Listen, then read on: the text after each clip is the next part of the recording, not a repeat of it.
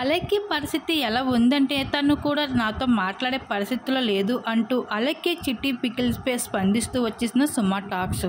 అందరికీ తెలిసిన విషయమే. అలెక్కి చిట్టి పికిల్స్ అంటూ ఇప్పటికీ ఎంతో బ్రాండ్గా మారిపోయిన పచ్చళ్ళ కోసం సోషల్ మీడియాలో హాట్ టాపిక్గా నిలిచింది.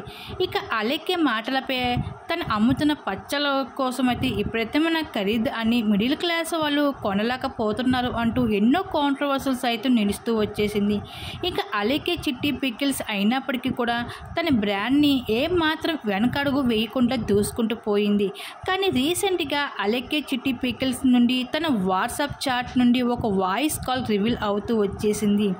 మీరు అమ్ముతున్న పచ్చళ్ళు చాలా ఖరీదు ఉన్నాయి అంటూ ఒక వ్యక్తి అన్న మాటలకి అలెక్కి చిట్టి పికిల్స్ వాట్సాప్ చాట్ నుండి విపరీతమైన బూతులతో వాయిస్ వీడియో అయితే రివీల్ అవుతూ వచ్చేసింది. ఇంకా అప్పటి నుండి అలెక్కి చిట్టి పికిల్స్ బ్రాండ్పై సోషల్ మీడియాలో కాంట్రవర్సీల పాటు తిట్టుల వర్షం కూడా కురుస్తూ ఉంది.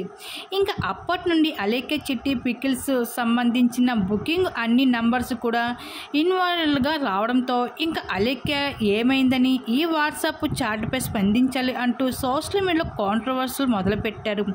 ఇంకా ఆ బ్రాండ్ని ఇంకా ప్రమోట్ చేసిన వ్యక్తిలో తన సిస్టర్ సుమ టాక్స్ ఉండడంతో తనపైన విపరీతంగా సోషల్ మీడియాలో అలానే తన సొంత యూట్యూబ్ ఛానల్లో తిట్టుల వర్షం కురిపించారు. ఇప్పటికీ తనకి 4 లక్షల ఫాలోవర్స్ ఉండడంతో తను కూడా స్పందించడం జరిగింది.